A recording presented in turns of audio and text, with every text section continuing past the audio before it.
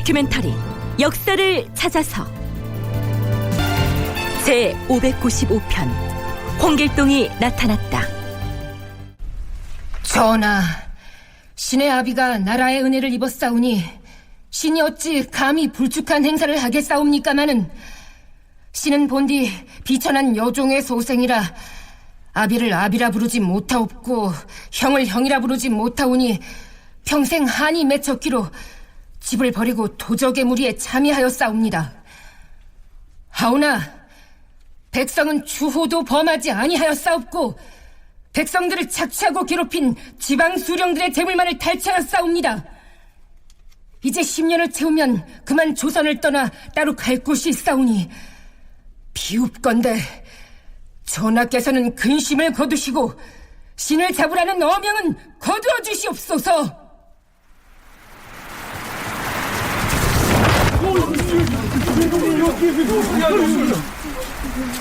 임금에게 아뢰는 말을 마치자마자 8명의 길동이 일시에 넘어지니 자세히 살펴본즉 그들은 사람이 아니라 모두 지푸로 만든 사람의 형상인지라.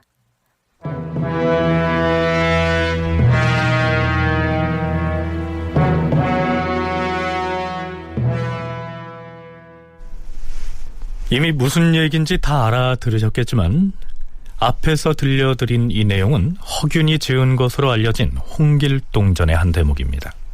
그런데요, 이 소설은 이렇게 시작합니다. 조선국 세종조 시절에 한 재상이 있었으니 성은 홍이요 이름은 아무개라. 대대로 명문거족 출신으로 소년기에 등과하여 벼슬이 이조판서에 이르렀는데 일찍이 두 아들을 두었다.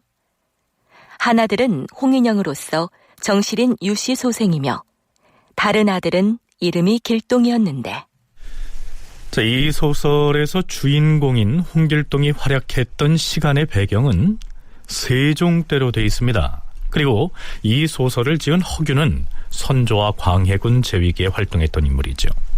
바꿔 말하면 허균은 선조 혹은 광해군이 제위하던 시기에 세종 때를 시간 배경으로 해서 홍길동전을 쓴 것입니다. 그런데 우리가 탐색하고 있는 이 연산군 때 실제로 홍길동이라고 하는 이름을 가진 문제 도적이 등장합니다. 소설 속의 홍길동은 이름 끝 글자가 아이 동자고요. 이 연산군 일기에 나오는 실제 인물인 홍길동은 같을 동자를 쓴다는 차이가 있긴 합니다만 떠돌이 도적의 경우에는 이 이름자를 수시로 바꾸기도 한다고 했으니까 그 차이가 별 의미가 없다고 하겠습니다. 어찌됐든 대부분의 역사학자나 국문학자들이 연산군 시기에 활약했던 홍길동이라고 하는 도적의 이름을 차용해서 허균이 소설 홍길동전을 지었다, 이렇게 얘기합니다. 지금 우리는 무오사화 이후에 갑자사화로 이어지는 기간에 행해졌던 연산군의 패행과 광기 어린 통치 행태를 탐색하는 중이었는데요, 여기에서 잠시 멈추고 홍길동이라고 하는 도적 얘기를 한번 해보죠. 네, 서기로는 1500년에 해당하는 연산 6년 10월 22일 영의정 한치형이 연산군에게 조금 색다른 내용을 얘기합니다. 주상 전하, 듣자옵건대 강도 홍길동을 잡았다 하니 기쁨을 견딜 수가 없사옵니다. 백성을 위하여 그 해독을 제거하는 일 중에서 이보다 큰일이 없을 것이옵니다. 청컨대 이 기회에 그 무리들을 모조리 잡도록 하시옵소서. 물론 그리해야 할 것이 홍길동의 잔당들을 모두 잡아들이시오. 앞뒤 설명 없이 홍길동을 체포했다 하는 소식이 이처럼 돌출적으로 등장합니다. 백성을 위해 큰 해독을 제거했다. 영의정이 이렇게 기뻐하는 것으로 봐서 실록에는 나와 있지 않지만 홍길동이라고 하는 이 도적 때문에 그동안 꽤나 골머리를 앓아왔음을 알 수가 있죠. 그렇다면 이전의 실록 기록에는 전혀 보이지 않다가 붙잡히고 나서야 언급된 것은 연산군 일기의 기록이 대체적으로 빈약하기 때문은 아닐까요? 그 당대 사실 중에 정말 후대까지 전하 만한 귀감이 되는 중요한 내용들만 선별해서 정리를 하는 거기 때문에 예를 들어서 뭐 홍길동이라는 도적이 당시 굉장히 큰 이슈가 됐던 인물일 건 분명하죠. 실록까지 등장을 했으니까. 하지만 그렇다고 해서 그 홍길동의 행적이나 뭐 이런 것들을 실록에 일일이 다 기록할 만큼 그런 중요한 사항이었냐. 그건 뭐 판단하는 사람의 입장에 틀리겠지만 당시에 이제 실록의 편찬자들은 그렇게 중요하게 생각을 하지 않았고, 그렇지만 또 그 당대에 굉장히 이슈가 됐던 도적이었기 때문에 한 체포한 기사 정도는 그래도 남겨놓을 필요가 있다라고 해서 그 정도만 기록을 했을 수가 있고요. 본래 실록 자체가 국왕과 중앙조정의 일들을 중심으로 기록을 하기 때문에 도적의 수계에 관련된 내용이 실록에 실린 것 그 자체가 홍길동이 예사로운 도둑이 아니었음을 증명하는 것이다. 서울대 규장가 강문식 학예연구사의 견해가 그러합니다. 자, 그렇다면 전국을 떠들썩하게 만들었던 도적의 수계를 잡아왔으니 이제 취조를 해서 그 죄상을 밝힌 다음에 처벌을 해야겠죠. 연산군 일기에는 그 내용이 나와 있지가 않습니다. 다만 그 다음 때 임금인 중종실록에 이 관련 내용이 몇 군데 올라 있습니다. 중종 18년 2월에도 이 60여 명의 도적 무리를 일망타진한 것처럼 보이는데요. 대신들과 중종이 나눈 대화의 내용 살펴보시죠. 전하, 포악한 적당 60여 명을 지방의 감옥에다 가두게 되면 자칫 소홀히 하다가 일을 그르칠 변이 있지는 않을까 염려되옵니다. 개성은 큰 고을이라 군졸이 많으므로 거기에다 가두는 것이 합당할 듯 생각되옵니다. 또 서울의 감옥과 현격하게 멀리 떨어지지도 않으니 감히 이렇게 아랜 것이옵니다. 그 지역의 큰 고을에 나누어 가두고 조정에서 관리를 파견하여 추문을 하는 것이 가할 것이옵니다. 포악한 무리가 황해도 땅에 숨어 있으면서 양민에게 해를 끼치었으니 진실로 엄하게 징계를 해야 하옵니다. 그런데 지금 체포된 자가 60여 명이니 이들을 문초하면 관련된 자가 이보다 배는 될 것이옵니다. 만약 이들을 모두 서울로 압송하여 옥에 가둔다면 포승줄에 묶인 죄수들이 길거리에 길게 늘어설 것이니 이는 보고 듣기에 매우 해괴할 것이옵니다. 지난번 경신년과 신윤년 연간에 있었던 홍길동의 옥사를 거울 삼을만 하옵니다. 비록 서울의 감옥으로 옮겨오지 않더라도 황해도의 큰 고을에 나누어 가두고서 조정에서 관리를 보내어 추문한다면 악당들을 능히 징치할 수 있을 것이오며 또한 소홀히 하다가 그르칠 염려도 없을 것이옵니다. 그러니까 중종 때 황해도 일대에서 출몰하고 있던 도적의 무리를 검거했는데 이들을 모두 서울로 압송을 하면 보기에도 흉하고 또한 자기들끼리 말을 맞출 염려도 있으니 연산군 때 홍길동 일당을 검거했을 때와 마찬가지로 서울과 지방에 분산 수용한 채로 추국을 하자, 이런 얘기를 주고받는 모습입니다. 홍길동이 워낙 유명한 도둑이었기 때문에 뒷날 비슷한 사건을 처리하면서 홍길동의 사례가 하나의 본보기로서 거론된 것이죠. 자, 이보다 한참 뒤인 선조 21년 1월 5일 실록 기사를 보면요, 이런 대목이 나옵니다. 선대왕조에서는 정승자리에 현명한 자를 임명하여 풍속이 아름다웠으므로 삼강오륜에 어긋나는 변이 없었다. 다만 도적 홍길동과 자기 아버지를 시해한 이연수 두 사람이 있었을 뿐이었다. 그래서 한간에서 욕을 할 때면 을에 이 두 사람을 그 대상으로 삼았는데 지금은 풍속이 어그러져서 삼강오륜을 거스르는 강상의 변이 곳곳마다 일어나므로 홍길동과 이연수를 더 이상 들먹이지 않게 되었다. 이때는 홍길동이 붙잡힌 지 88년이나 지난 뒤였는데요. 홍길동이 워낙 유명한 도적이었기 때문에 이때까지 사람들이 누군가에게 욕을 할 때면 의례 홍길동이라고 하는 이름을 들먹이면서 그에 빗대어서 욕을 했다. 이런 얘기입니다. 중앙조정의 의군부에 소속된 과목을 조옥이라고 합니다. 그런데 일반적으로 도둑을 검거했을 경우 의군부로 압송해서 조옥에 가두어 두고 추국을 하지는 않았던 것 같습니다. 역시 중종실록 기사를 보면요, 중종이 순석이라고 하는 이름을 가진 도둑 괴수를 잡아놓고는 이렇게 말합니다. 보통 때에는 도둑들을 조옥에서 추국한 일이 결코 없었어.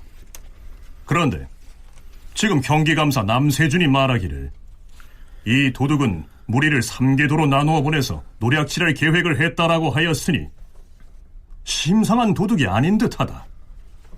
그래서 과인이 생각하기에 형조에서는 다른 할 일이 매우 많아서 이 도둑만을 맡아서 다스릴 수가 없는 실정이다. 옛날 홍길동을 의군부에서 추문한 전례가 이미 있기 때문에 이제 그 전례를 참작하는 것이 좋을 것이다. 네, 그렇다면 연산군은 홍길동이라고 하는 일개 도적의 수계를 왜 중앙조정의 의군부까지 불러 올려서 추국을 하게 했을까요? 홍길동이 잡혔을 당시에 찰리사로서 추국을 담당했던 영의정 장순손이 중종에게 이렇게 말합니다. 신이 도적무리인 순석일당의 추국관으로 임명되었사오니 마땅히 동료와 함께 의논하여 처결하겠사옵니다. 이 도둑들은 모름지기 분리하여 가둬놓고 추문함이 좋겠사옵니다.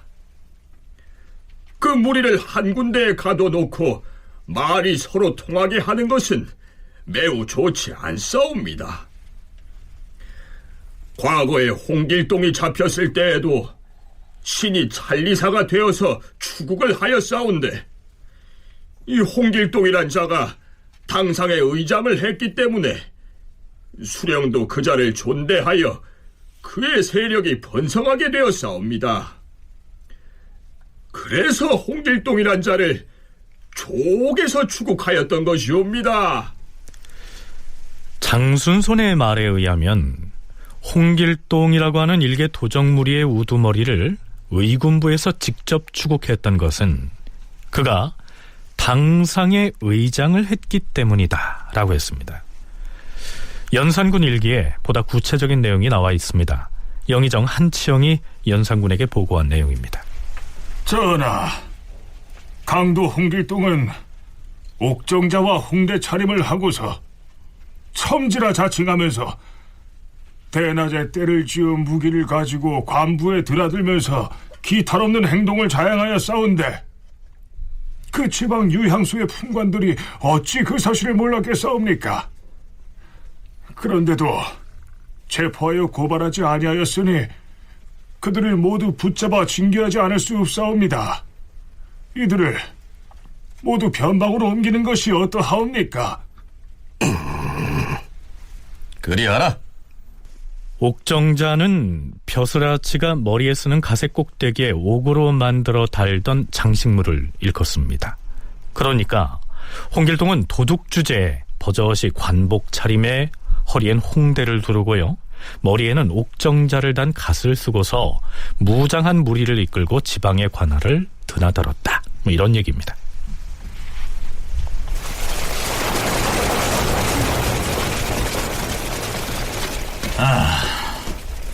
문을 열고 길을 비켜라. 네 놈들은 어디서 온 불황배들이냐? 감히 여기가 어딘 줄 알고? 네 놈들 눈엔 내가 입은 이 당상관의 관복이며 의장이 안 보인단 말이냐? 네 놈들이 모시는 수령을 만나러 왔으니 빨리 들어가서 전하라. 당상관이 어찌 저런 무리를 이끌고 다닌단 말이오? 이놈들! 나는 정삼품의 첨지 홍길동이라 하느니라. 얘들아, 저들이 순순히 비켜주지 않을 것 같으니 너희들이 직접 문을 열어라.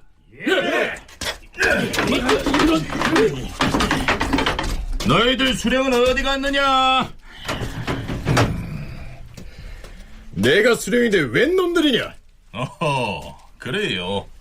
나는 첨지 홍길동이라 하오. 홍길동이라. 그대가 당상관이면 당상관답게 처신을 해야지. 불황배 같은 무리들을 몰고 왔어. 이 무슨 행패요? 아직 이 홍길동에 관한 소문을 못 들은 모양인데 당신이 입고 있는 그 관복을 벗게 해줄까? 내 뒷배를 봐주고 있는 사람이 누군 줄이나 알고 사람을 이렇게 대하는 것인가? 아니, 뭐 그런 것이 아니고. 얘들아, 뭐들 하느냐? 저 첨지나리를 안으로 매셔라. 네, 물론 이것은 있었음직한 상황을 가상해서 드라마로 꾸며본 내용입니다. 홍길동이 아무리 당상관의 복장과 의장을 하고서 첨지 행세를 하고 다녔다고 해도 과감하게 지방 관할을 드나들면서 관리들과 결탁을 해서 도둑질한 작물을 나누고 했을 때에는 중앙조정에 그의 뒷배를 봐주는 아주 든든한 세력이 있었기 때문에 가능한 것 아니었을까요? 실제로 홍길동과 결탁한 조정의 관리가 있었습니다. 무반으로서 당상관인 엄귀소은이라고 하는 사람이었습니다. 서강대 기승범 교수의 얘기입니다. 이 사람이 그러니까 뭔가 그 상당한 재산을 많이 불리고 있는데 혼자 힘으로는 할 수가 없는 것이고, 그렇다고 합법적인 상업 행위를 해서 상업 같지도 않고 주로 이제 뭐 뇌물 주고받는 관계, 뭐 과정, 에이전트, 그리고 뭐 하여간 뭔가 힘께나 쓰고 좀 패거리를 몰려다니는 길거리 애들을 딱 앞에 내세워가지고 일을 해결해 나가는 그런 아마 문제였지 않나 싶습니다. 그러니까 홍길동과 엄기손이 그런 식으로 결탁되어 있는, 그러니까 엄기손은 무인 출신으로 벼락 출세해가지고 궁궐 내에서 이제 활동하고, 홍길동은 그의 행동책으로서 밖에서 이렇게 활동한 것이 아닌가. 그러니까 처음부터 둘이 짝짝꿍이었는지 여부는 알 수가 없으나 하여간 현재 실록의 기록을 놓고 보면은 둘이 같은 항통 속으로서 상당히 많이 해먹은 그런 것으로 보입니다. 실제로 뒤를 봐준 관리가 바로 당상관이었던 엄기손이었고 홍길동은 행동책이었다, 이런 얘기입니다. 성균관대 한문학과 임형택 교수는 도적의 사회사, 역사 속의 홍길동과 소설 속의 홍길동이라는 논문에서 이렇게 기술하고 있습니다. 홍길동이 당상관 의장을 하고 다녔다는 것이 홍길동을 체포하였을 때 그를 의군부로 넘긴 중요한 요인이다. 당상관을 사칭한 행위를 봉건체제의 기강을 문란케 하고 국가의 채통을 모독하는 짓으로 받아들였던 것이다. 군도, 즉 도둑무리의 우두머리가 당상관 복색을 하는 것은 저들이 간혹 연출하던 수법이었던 듯하다. 명종 6년에 전라도 고산현의 한둔산에 거점을 두고 활약했던 임송이라는 도둑도 당상관 의장을 꾸미고 횡행하였다 하며, 저 유명한 임꺽정 부대도 역시 같은 방식으로 여러 고을에 들어가서 소령들의 대접을 받기도 하였다. 이는 양면의 효과를 노린 술수였을 것이다. 임형택 교수는 각각 활동 시기가 다른 이 도적무리의 우두머리들이 당상관을 사칭한 것은 양면의 효과를 노린 것이었을 것이다, 이렇게 분석합니다. 첫째는 지방 관아의 관리나 부호들을 속이고 골리면서 재물이나 병마를 탈취하려는 기만 전술이고요. 둘째는 일반 백성들에게 자기들을 한갓 좀도둑이 아닌 당당한 존재로 인식시키려고 하는 수작이었을 것이다, 이런 얘기입니다. 연산 6년 10월 28일 윤필상, 어세겸, 한치영, 성준 등의 정승들이 임금 앞에서 엄기손에 대한 처벌 문제를 논의합니다. 의금부에서 아뢰기를 엄기손은 죄가 마땅히 곤장 100대를 때려서 삼천리 밖으로 유배하고 고신을 모두 회수해야 한다라고 하였는데 어찌 처결했으면 좋은지 경들의 의견을 말해보시오. 전하, 포악하고 독한 무리끼리 작당하여 백성들에게 큰 해독을 끼쳤사오니 이 도적들에 대하여 누군들 분기하지 않겠사옵니까? 만약 홍길동이라는 도적의 괴수에 대하여 들은 바가 있다면 의당 고발하여 체포해야 할 터인데, 엄기소는 홍길동의 행동 거지가 황당한 줄을 알면서도 고발하기는커녕 그에게 산업까지 경영하여 주었사오니 마땅히 엄하게 다스려야 하옵니다. 신은 생각이 다르옵니다. 엄기손이 비록 홍길동으로부터 음식물 등을 받아 먹었다고는 하나 이것은 인정상 보통 있는 일이오니 그다지 허물할 일은 못되옵니다. 또한 엄기손이 국문을 했는데도 죄를 승복하지 않았다고 하는데 섣불리 홍길동의 죄상을 알고도 죄인을 숨겨준 자에게 해당하는 조문을 적용한다는 것은 온당하지 않사옵니다. 그 율문을 적용하여 죄를 주는 것은 경솔하옵니다. 주상전하, 엄기소는 본래 탐욕이 많은 사람으로서 성종 때 포도대장 이양생이 홍천에 있는 엄기손의 본가에 가서 황당한 물건을 수색하여 찾아냈으나 그때 겨우 죄를 면했사옵니다. 헌데 지금 또 홍길동이라는 도적의 음식물을 받았고 일찍이 그가 가옥을 사도록 주선하였사오니 홍길동이 범한 죄를 어찌 몰랐겠사옵니까? 그의 죄상을 낱낱이 알아내어 처결하는 것이 옳을 것이옵니다. 하오나 신이 보기에는 엄기손에게 범죄의 율을 적용하는 것은 맞지 않은 듯하옵니다. 엄기손이 단지 홍길동의 행동거지가 황당한 것을 알면서도 감추어 주었다면 그 율문을 적용하는 것이 너무도 적당하겠으나 만약 홍길동이 엄기손에게 장물을 기탁한 일이 있다면 적용할 수 있는 조문이 또 달라질 것이오니 이 홍길동의 문초가 끝나기를 기다려서 죄를 결정하는 것이 어떠하겠사옵니까? 이 문제는 영상의 의논대로 엄귀손을 엄히 추국하여 처결하도록 하시오. 자, 그렇다면 조정 당상관의 신분으로 도적무리인 홍길동과 결탁해서 홍길동의 산업까지 주선을 했다는 엄귀손은 대체 어떤 인물일까요? 계승범 교수의 얘기입니다. 이 사람은 그 내금이 무관이었는데 활을 잘 쏘고 뭐 그렇게 하다가 성종 말년에 여진족 부락을 한번 정토한 적이 있는데 그때 큰 공을 세웠다고 해서 그때부터 정식으로 병조에 들어가기도 하고 현령도 하고 뭐 지금으로 말하면 지방에 내려가서 야전군 사령관도 하고 그렇게 하다가 끝내 당상관까지 올라간 사람이에요. 근데 대충 한 실록의 기사가 한 30개 정도 나오는데 이 사람은 그 내금위에서 이제 그 근무할 때부터도 항상 어떤 문제가 발생하냐면은 주로 이제 뭐 남의 집 수절하는 첩을 겁탈했다. 뭐 이런 문제. 그리고 자기가 당직임에도 불구하고 다른 일을 하러 나가기 위해서 공문서를 위조했다. 뭐 이런 문제. 그리고 뭐 남의 집 재물을 갈취했다. 뭐 주로 이렇게 안 좋은 문제로 많이 나오고 해서 당시 그렇게 뼈대 있는 집안은 아니고요. 또한 대신들은 엄귀손을 엄하게 추국할 것을 청하면서 그 비리들을 이렇게 고변하고 있습니다. 엄귀손은 본래부터 탐욕이 많은 사람이옵니다. 일찍이 동네 현령을 지낼 때에는 관의 물품을 절취한 일로 죄를 받아 파면되었고 또한 평안도에 우후로 있을 적에도 곡물을 함부로 훔친 일로 파출되었사오니 그가 탐심이 많고 비루하다는 것은 사람마다 모두 알고 있는 일이옵니다.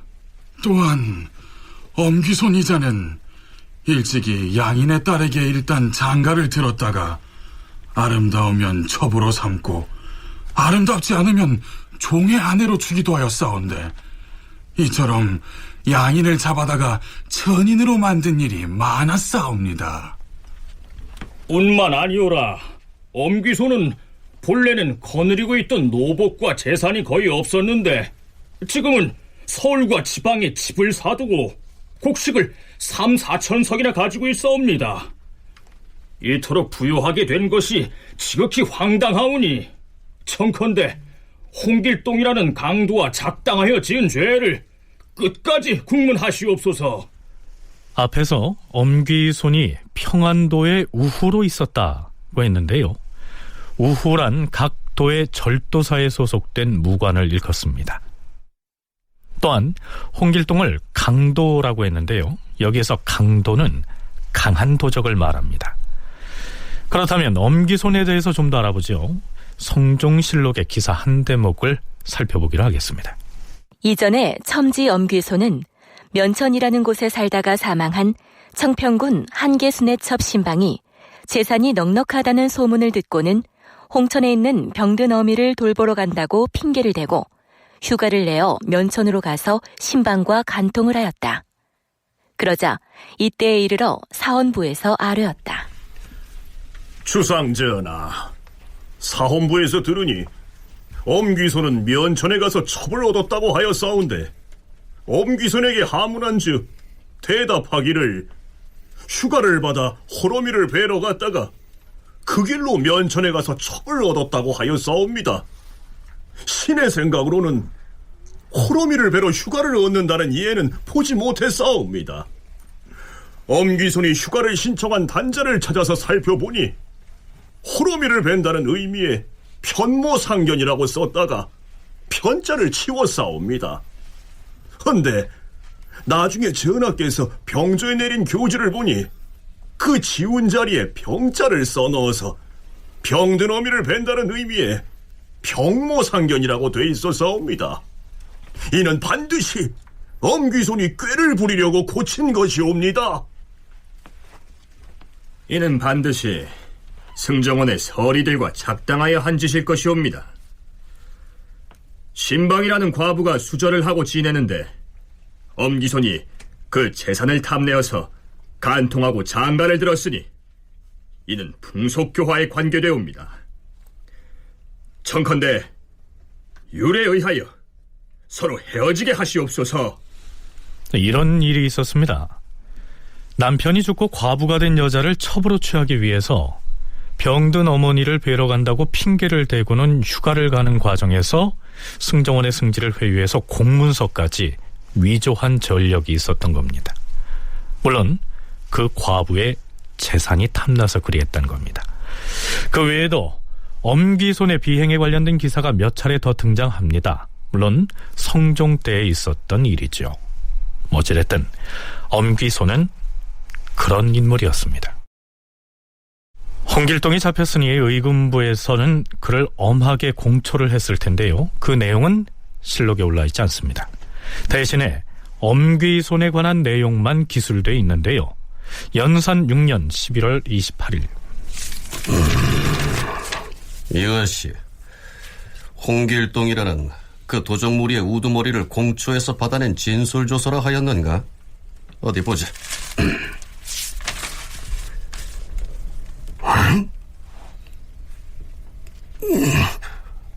엄귀손이라는 이자는 비단 홍길동의 뒤를 돌봐온 와주일 뿐 아니라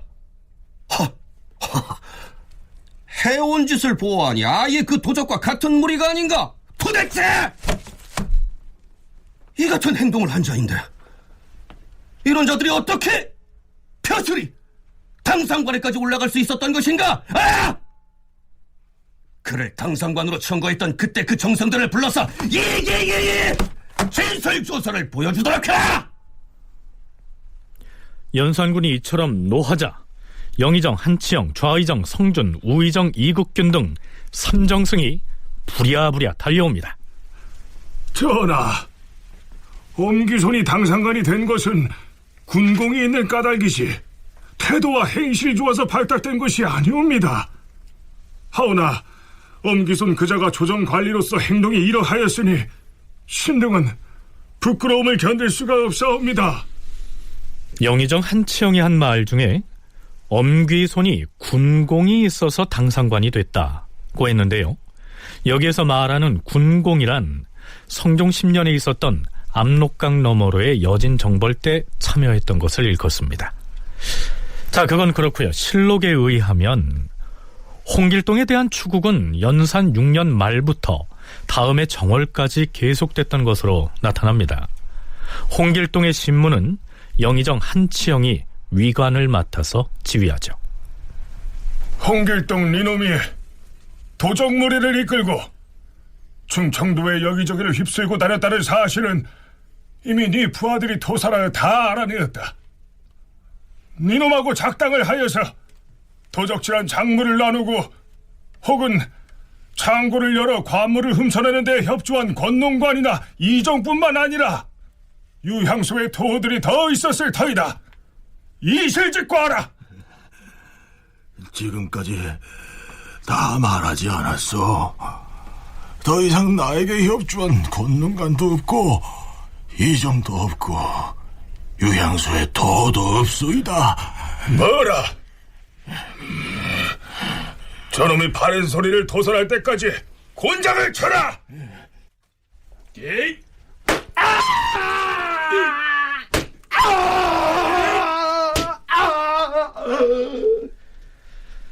자, 여기에 나오는 권농관과 이정을 경국대전에서 찾아보면 이렇게 설명되어 있습니다. 서울과 지방은 5호를 1통으로 그리고 5통을 1리로 하는데 몇 개의 이를 합쳐서 한 개 면을 둔다. 통에는 통주를 임명하고 이에는 이정, 그리고 면에는 권농관을 각각 둔다. 그리고 유향소는 지방 구은현 수령들을 보조하기 위한 자문기관이었습니다. 홍길동 무리에게 협조했던 이 지방관들이 몇 명이 됐는지는 실록에 나와 있지 않아서 상세히 알 수는 없습니다. 다만 국문을 담당했던 한치영은 연산군에게 이렇게 보고하죠. 전하, 강도 홍길동은 당상관 차림으로 첨지를 자칭하면서 대낮에 때를 쥐어서 무기를 가지고 관부에 드나들며 기탄없는 행동을 자행하여 싸운데 각 지역의 권농관이나 이정 그리고 유향소의 토호들이 어찌 홍길동이 하는 짓을 몰랐겠사옵니까? 그럼에도 아무도 홍길동을 체포하여 고발하지 아니하사오니 징계하지 않을 수 없사옵니다. 이들 연루자들을 모두 변방으로 옮기시옵소서. 홍길동이 거명하여 토살한 자들 말고도 연루자가 더 있는지 철저히 조사하여 그 결과를 과인에게 아뢰도록 하시오. 자, 그렇다면 하필 이 시기에 홍길동이라고 하는 도둑이 출몰을 해서 대규모의 무리를 이끌고 지방의 군현을 휩쓸고 다니는 일이 갑자기 생긴 일일까요? 자, 시간을 조금 거슬러서 연산 2년 윤 3월 27일의 기사를 잠깐 살펴보죠. 마전군에 사는 평민 이순형이 딸을 거느리고 살았는데 그의 딸이 아름답다는 말을 강도 무리가 듣고서 그 집을 포위하여 불을 지르고 사람을 죽이고 그의 딸을 빼앗아가는 사건이 발생하였다. 임금이 하교하였다. 대저 도둑을 잡기가 어찌하여 이리도 어렵다는 말인가? 이곳에서 잡으려고 하면 저곳으로 도망을 하고 저곳을 추적하면 또 다른 곳으로 도망을 치니 하하! 어찌하면 좋겠는가? 과인의 생각으로는 팔도의 수령들에게 비밀리에 기일을 약속하게 하여서 동시에 함께 잡으면 도둑이 빠져 달아날 데가 없을 것 같은데 승지들의 의견은 어떠한가? 이 전하의 하교가 마땅하신 것 같사옵니다. 하오나 비록 사방에서 일시에 함께 잡는다 할지라도 어찌 그들을 모두 다 잡을 수야 있겠사옵니까? 만약 잡힌 자가 실제로 도둑이라면 다행이겠사오나 허다한 군현의 수령들이 모두 다 어질지는 못할 것이오니 수색하여 잡아들일 즈음에 평소에 원망하고 미워하던 사람까지 잡아들이게 된다면 무고한 백성들로서 모함을 당하는 자가 반드시 많을 것이옵니다. 하물며 지금은 농사일이 한창이온데 도둑 잡는다고 소요를 일으키면 농사 짓는 데 배가 될까 걱정이옵니다. 전하, 여러 지방에서 만약 일시에 함께 잡아들인다면 과연 죄 없는 사람까지 잡아들이는 일이 있을 수 있을 것이나 나중에 추문을 해보면 가려지게 될 것이옵니다. 또한 지방은 서울과 같지 않아서 무릇 도둑들을 주민들이 다 알고 있지만 두려워서 감히 고발하지 못하는 경우가 있사온데 지금 만약 조선 팔도가 일시에 함께 일어나 잡는다면 도둑이 조금 없어지기는 할 것이옵니다. 하오나 이 일은 어쩌다가 한 번 정도만 해볼 만한 일이옵니다. 과인이 말한 대로 만일 사방에서 일시에 함께 일어나 잡는다면 과연 아는 바와 같이 무고한 백성도 혹시 피해를 보게 될 것이다. 그러나 지금 농사철이 닥쳤는데 강도가 횡행하여 백성을 수탈하고 또 죽인다면 그 배단이 더욱 심하지 않겠는가? 팔도로 하여금 일시에 잡게 하라. 이때가 연산군 제위 2년째 봄이었습니다. 말 그대로 팔도가 일시에 도둑잡기에 몰입해서 성과를 거두었는지의 여부는 실록에 올라있지 않아서 알 길이 없습니다.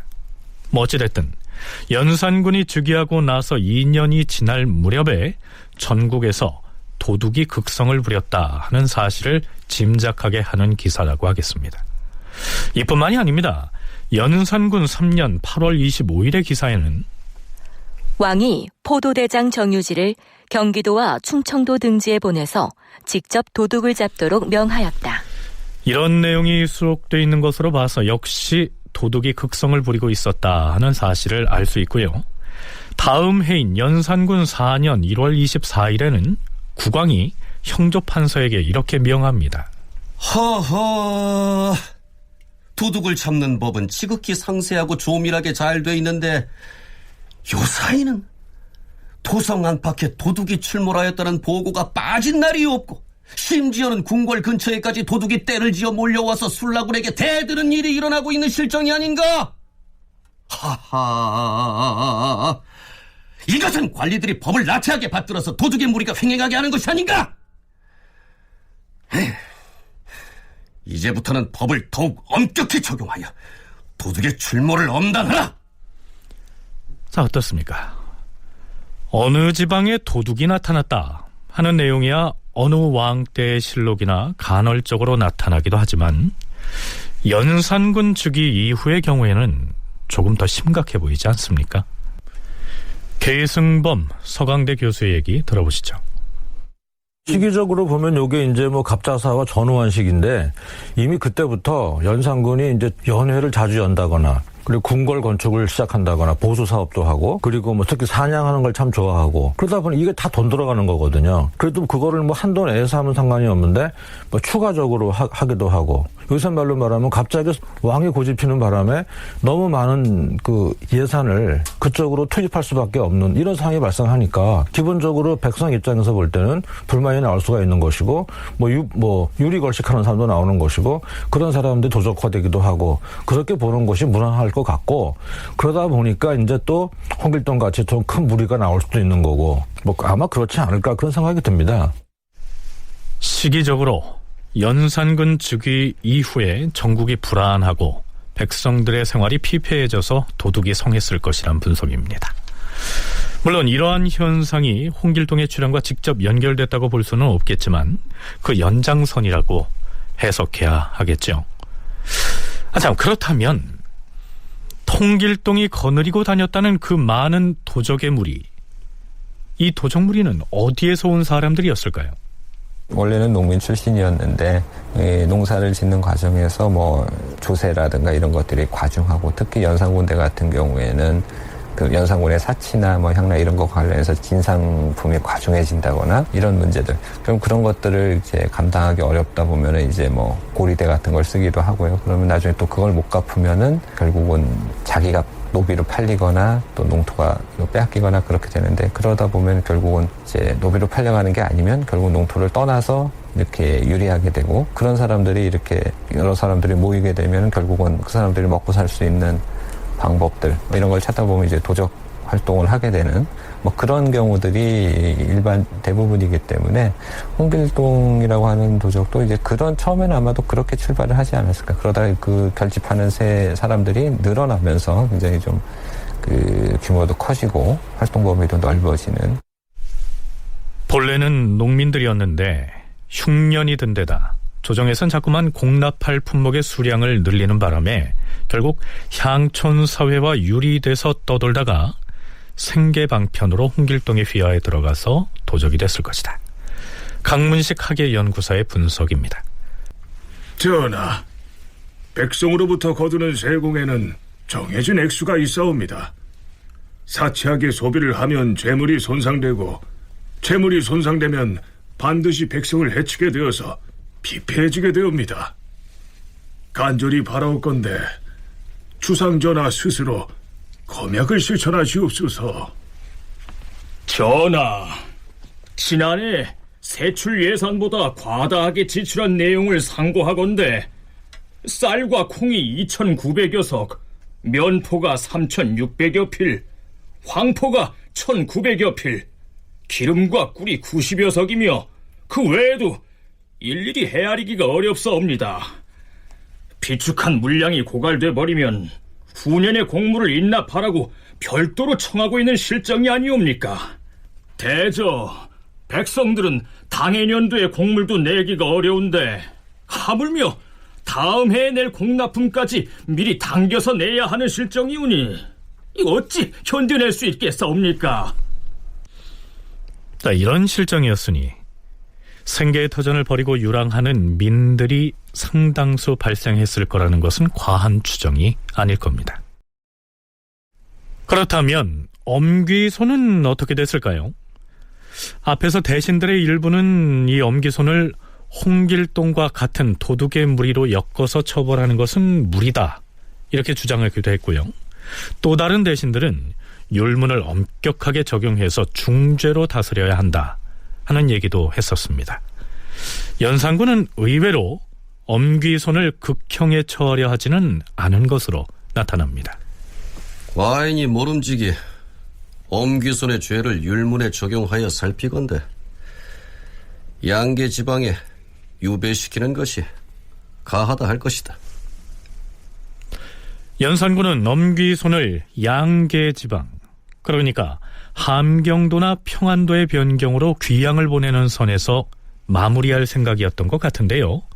하지만 윤필상, 한치영, 성준, 이국균 등의 대신들의 생각은 달랐던 것 같습니다. 주상 전하, 엄기손은 비록 무식하지만 힘이 있는 사람이옵니다. 만약 변방에 유배시킨다면 압록강이나 두만강 건너의 적들과 서로 통하여 포악하고 사나운 자들과 무리를 이룰 것이옵니다. 그리하여 불측한 짓을 하게 될 것이옵니다. 그러니 차라리 남쪽의 바닷가나 섬으로 보낸다면 포악을 부릴 수가 없을 것이옵니다. 그렇다면 그리 처결하시오. 자, 여기서 잠깐. 계승범 교수는요, 홍길동의 뒷배를 봐주는 사람이 당상관이었던 엄귀손이었다라고 했지만 실제로는 그 윗선의 대신들과도 모종의 연결고리가 있었을 거라고 얘기합니다. 가족 배경도 별로 이렇다 할 것이 없는 사람임에도 불구하고 이렇게 승진하기 위해서는 자기가 많이 갈취한 재물들 중에 적지 않은 부분을 또 더 윗사람에게 또 상납하거나 다 그런 고리가 있다고 봅니다. 당시 영의정 나중에 이제 갑자사 때 이제 처형당하고 이제 재산 몰소당하지만 윤필상 그런 사람 보면은 어떤 책에 보면은 당시 1년 예산에 거의 한 3, 4% 정도 재산을 몰수했다고 나오니까 이거는 재상 한 명이 지금 예산 1년 국가 예산에 한 3%만 갖고 있다고 해도 이게 어마어마한 재산인데 그런 사람들이 상당히 많은 거죠. 그러면 다 어떻게 그걸 치부했겠느냐? 합법적으로 꼭 이렇게 토지로부터 이렇게 세를 받은 것이겠느냐? 그렇지는 않죠. 문전성시하고 인사권을 쥐고 있으면 아마 그런 걸 보면은 이런 엄귀손이라거나 홍길동 이런 얘기들은 상당히 개연성이 있지 않은가. 엄귀손이 홍길동에게 받은 뇌물이나 혹은 작물을 윤필상을 비롯한 원로 대신들에게 상납했을 가능성이 있다는 얘기입니다. 그런데요, 남쪽 바닷가로 유배를 보내기로 방침을 세운 날로부터 한 달 남짓 지난 연산 6년 12월 21일. 자네 뭐라 했나? 죽었다고? 홍길동 말인가? 아니, 홍길동 뒷배를 봐주던 엄기손이 죽었다는데? 곧 유배형이 떨어질 것이라 했는데 스스로 목숨을 끊었나? 아니면 문초를 심하게 당해서 죽었나? 추국할 때 자신의 죄를 술술 토설해서 고문을 심하게 당했던 것 같지는 않은데 왜 죽었는지 나도 잘 모르겠네. 연산군 일기에는 엄귀손이 옥중에서 죽었다, 이렇게만 기록돼 있습니다.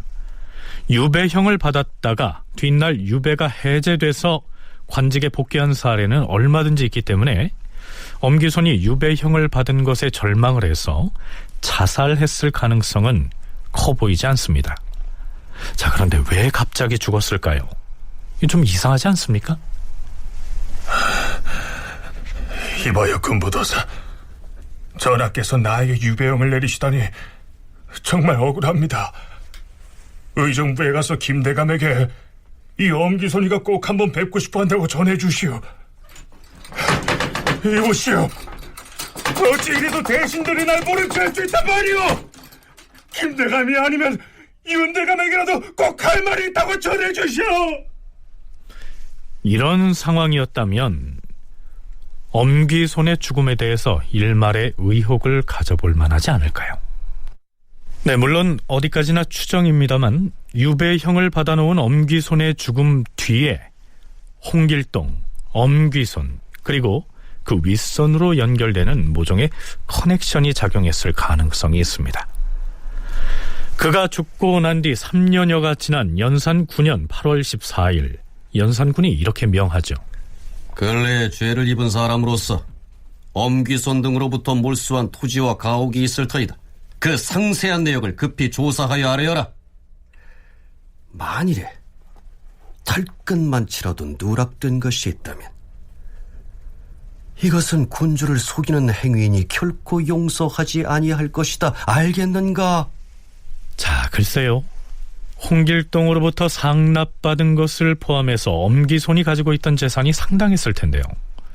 그런 것들을 어떻게 처리했기에 1년이나 지난 시점에 이러한 명을 내렸던 것일까요? 네, 엄기손은 그렇게 최후를 맞이했습니다. 그렇다면 홍길동은 어떻게 됐을까요? 실록에 기록되어 있지 않아서 확인을 할 수는 없지만 그처럼 온 나라를 떠들썩하게 만든 도적무리의 우두머리다 하면 의당 사형을 당했겠죠.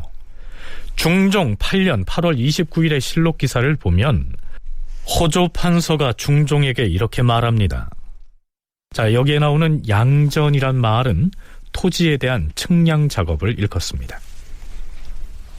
주상전하, 요사이 흉년이 잇따라서 양전을 할 기한이 이미 지났는데도 하지 않은 지가 오래이옵니다. 대저 양전을 하는 일은 1, 2년 동안 해낼 수는 없사옵니다. 특히 경기도는 폐주, 연산군이 지시하여 다수의 민가를 철거해버리는 바람에 호주도 없고 상속할 사람도 없는 집이 매우 많사옵니다. 또한 충청도는 홍길동이 도적무리를 끌고 다니는 바람에 거주지를 떠나 유망하였다가 회복되지 못한 실정이어서 양전을 오래도록 하지 않았사옵니다. 따라서 세를 거두기가 실로 어려우니 금년에 먼저 경기도와 충청도의 전지를 측량하게 하시옵소서. 듣고 보니 그러하다. 양전은 중대한 일인지라 해야 할 기한에 맞춰 해야 함에도 미뤄왔으니 어찌 배단이 없겠는가? 대신들과 의논하여 정하도록 하라. 자, 이 기사에도 나타나듯 홍길동이 충청도 등지에서 이끌고 다니고 있던 무리의 규모가 만만치 않았던 모양입니다. 성균관대학교 이명택 교수는 앞에서 언급한 논문에서 홍길동이 이끌고 다녔던 그 무리의 성격에 대해서 이렇게 기술하고 있습니다. 홍길동이나 뒷날의 임꺽정이 조직화한 무리는 관변 측에서 보자면 물론 도적대이다. 실록에서 사관은 이 도적 집단을 규정하여 취득도 산정민, 즉 숲속에 떼를 짓고 있으면 도둑무리지만 흩어져서 농토로 돌아가면 민이다라고 하였다. 다만 왕조의 지배체제를 이탈하여 따로 집단을 형성하고 양반 지배층을 상대로 적대적인 무력 행사를 감행하였던 점이 특이하다. 이때의 민은 농토로부터 유리된 농민이 주축을 이루고 있었음은 물론이다. 연산군 일기에 나오는 홍길동에 대해서는 워낙 기록이 빈약해서요, 명확하게 규정하기가 모호합니다만 적어도 우리가 살펴본 바에 따르면 실록에 나오는 실제 인물인 홍길동은 허균이 소설로 그려낸 홍길동과 같은 의적도 아니었고 영웅도 아닌 그저 도적무리의 우두머리였습니다. 그런데 허균은 왜 그 홍길동을 차용해서 의적 홍길동을 만들었을까요? 홍길동이라는 그 이름이 그 허균 당시까지만 해도 도성에 있는 웬만한 사람들한테는 계속 이렇게 구전되어서 익히 알려져 있는 도둑의 괴수, 뭐 좀 희한한 놈, 뭐 이런 식으로 되지 않았을까 싶고, 중종 때는 도둑의 괴수로 인식이 돼 있는데 시간이 흘러가면서 아마 쭉 검색을 해보거나 하면은 나오겠지만은 조금 이제 특히 외란 지나고 살기가 어려워지니까 좀 이렇게 기억을 바꾸면서 미워할 수도 있겠죠. 우리도 옛날에 뭐 대도 조세영 그러면은 뭐 도둑 너무 분명한데 그래도 혹시 또 의인이 아닐까, 뭐 로빈 훗이나 이런 의적이 출현하기를 바라는 사회, 그러니까 좀 삶이 팍팍한 사회일 수 있겠죠. 아마 그런 맥락에서 이해하면은 뭐 충분하지 않을까 생각합니다. 또 한 가지 궁금한 점이 있습니다. 허균이 연산 때 출몰해서 나라를 떠들썩하게 했던 홍길동을 차용해서 소설을 쓸 생각이었다면 그가 실제 활동했던 연산군 시기를 시간적 배경으로 삼아서 작품을 만들면 될 텐데요. 왜 하필이면 세종 때로 설정을 했을까요? 이명택 교수가 논문을 통해서 밝힌 의견은 이러합니다.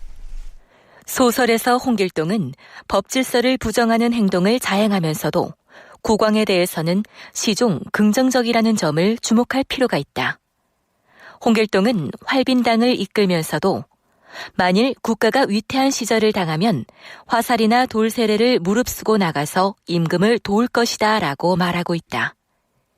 임금에 대해서는 변함없는 충성을 다짐하고 있으며 작품 중에 등장하는 국왕의 인상 또한 매우 인자하게 그려지고 있다.